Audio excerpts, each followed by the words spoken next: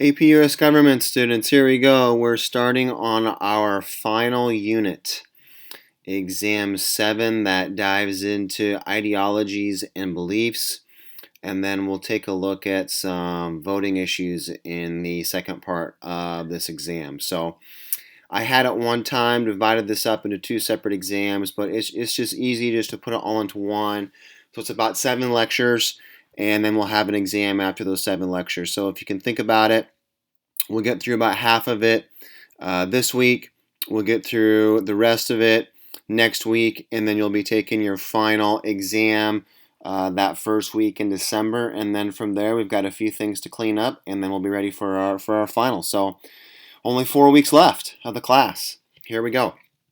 I wanted you to first on page 112 in your green packet. So Mr. Wood, if you want to pause it here for the students to get 112 in their green packet, if they've not done so already, you can do that now.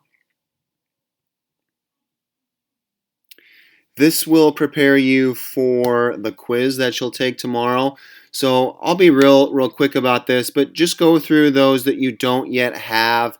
You'll see them in the reading: agenda setting, generational effect, political socialization, and life cycle effect. You know, I think they're really pretty self-explanatory, and you'll hear me talk about a number of them here in the lecture. The ones that may give you trouble would be the Keynesian economic policy and the supply side economics. That'll be in lecture 2. But don't worry about those for the quiz. I don't think that I have those in on the quiz.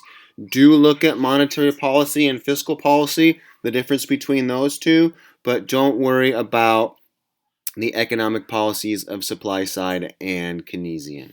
All right, let's then dive into lecture 7.1 here. As we look at page 113 there in your notes, you can see we're looking at defining public opinion. All right, so we've got consensus, divisive opinions, and non-opinion. So I think this is really pretty self-explanatory. I think you as AP students will be fine with this. The only thing that I would caution you to take a quick look at is consensus.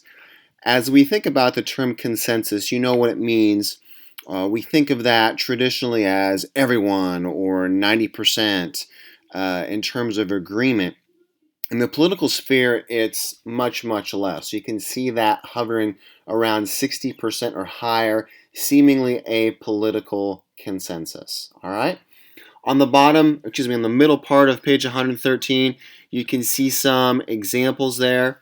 So that first pie chart, you're looking at the moral acceptance of birth control. So I took these from the book. This was from the book years and years ago, 2012. But you can see that 89% thinking that's morally acceptable from this poll would lead you to a consensus. Then there in the middle, a divisive opinion, so that's Obamacare. Still fairly divisive even today, though I think there's probably a couple percentage points that would favor it today versus not favor it today the last time that I looked. But you can see the opinions pretty divided, so leading you to divisive opinion. And then finally, you're looking at an issue that is a non-opinion there. So that was an issue, to use a fruit term, just had not ripened yet, just had not been a poll that really people knew enough about. So the example today could be, what is your opinion of the vaccine that's out there for COVID-19? Well, they're just finishing it up. They're just starting to get it out there. There's just not enough of us that are going to be able to have an opinion on it yet. Obviously, we're excited about it, but its effectiveness we're not going to know for some time. So the trial looks promising, but in the regular population, we don't know yet. Political socialization. Really focused in on 1A and 1B, and then agenda setting, you can see that there. That's going to be one of your vocabulary words. So the primary places for these are family and the media. All right, so many of you can think about your parents and their political beliefs. Do you have similar or the same political beliefs as they do? Probably to a certain extent, yes. The media is the one that we continue to look at. Political scientists really continue to look at the media and the ever-changing media in the last 5 to 10 years and how it's evolved, how it's changed, where we get our media. You guys can see that watching 10 minutes of Fox News is very different than 10 minutes of MSNBC or CNN. And it's really become, I was talking this about with my American government students, it really seems to me to, when it comes to the media and these areas, a lot of times when I was younger, here's the news, here's the facts, and you watch the nightly news and it was just the facts. Well, we can go to social media and get so much of that today, whereas, you see a lot of these places like CNN, it's a lot more commentary. It's a lot more talking heads, so to speak, and their opinions versus when I was growing up, it just used to be, here's the news. So a lot of that within television has evolved to be a lot more of talking heads, to be a lot more of opinions that really has kind of blurred the lines of what's fact and what's my belief. And then with social media, you really got to be careful in terms of who are you watching and why are you watching them and what's their agenda. Are they a conspiracy theorist? Are they trying to get you to think one way or the other? Do they really have factual basis to what it is that they're talking about? Or are they just after clicks? Are they just after clicks to, sell commercials, to have them make money, to gain notoriety? So, really, really watch out for those things as we continue to evolve as citizens. All right, I'm off my soapbox with that. Make sure you get everything with the sources of political socialization. History and political socialization. So this is you moving on to page 114. So life cycle effect and generational effect. So life cycle, think of that within one life. Someone tends to become more conservative. Does that mean that every 80-year-old out there is a Trump voter? No. But as you can see the trend data there on that chart, if you look at the dark green, you can see as age continues to increase, the likelihood of someone to be a Republican certainly does increase. And there is some connection to a life that someone has and them tending to become more conservative. That's life cycle effect. Let's now take a look at generational effect. So this is not so much age as it is the history and a historical impact that is kind of cementing their political views. I like to use the example of my grandmother, who grew up in that silent generation. So her being born in the 1920s, grew up during the Great Depression. The first great president that she remembers was FDR. And let me tell you, it cemented a democratic belief within my grandmother in the 1940s that she still has today. 70 years later, she's still voting Democrat. Proud that she voted for Joe Biden, and it goes all the way back to FDR.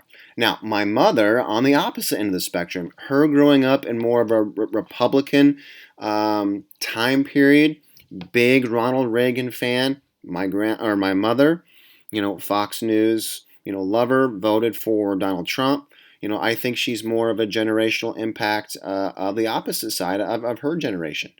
As you can imagine, my mother and grandmother don't talk politics much.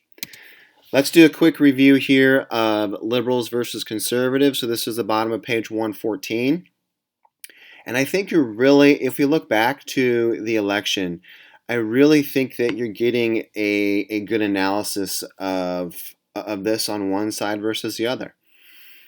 I mean, think about from our current president's standpoint of beliefs in economics. I mean, look at that. A more limited backseat role, chopped regulations, opening up freedoms for businesses, hoping and believing that that would spark our economy, had a huge tax decrease for Americans a number of years ago. And in his mindset, that led us on the right track to prosperity and whatnot. And then it was derailed by COVID-19. All right, but certainly you can say his belief set and what he was doing economically was getting us on the right track. Now you're seeing, or you're going to continue to see there in the blue, you're going to see Joe Biden with a different mindset. You're going to see him probably propose some sort of additional tax upon the wealthy to start to pay for some of these ideas that he has. All right, so that'll be interesting to see, if you're going to do that, Joe Biden, where's this money going to go? What's it going to go towards? Healthcare, COVID, whatever it may be. Whatever it may be. But you're going to see him try to utilize the government more so, at least from an economic standpoint, to try and do certain things.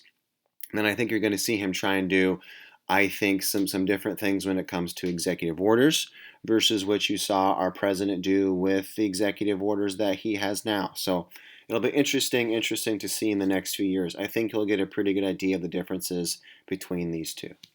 All right, let's then flip to page 115. Let's get these differences down just a little bit more with economic philosophy. I know, not the super most exciting stuff in the world, but it's hugely important because it's going to have an impact on your lives. Liberals tend to have a belief set that centers around this more Keynesian economic philosophy. So you can see that there. An increase in government spending. Have government spend more, build more roads and bridges, create jobs, have bigger, robust policies with utilizing government spending and turning that around to create jobs.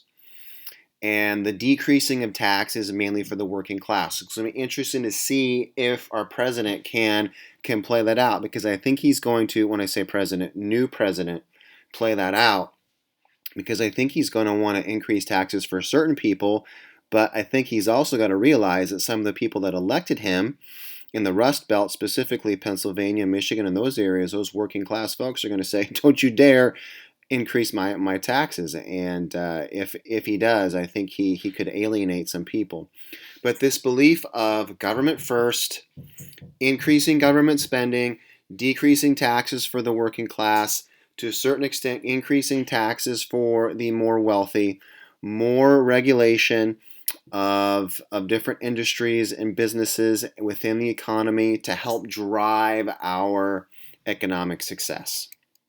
And to finish up, contrast that with what you've seen the last 4 years. You've seen our current president decrease taxes for corporations, for employers to spur growth.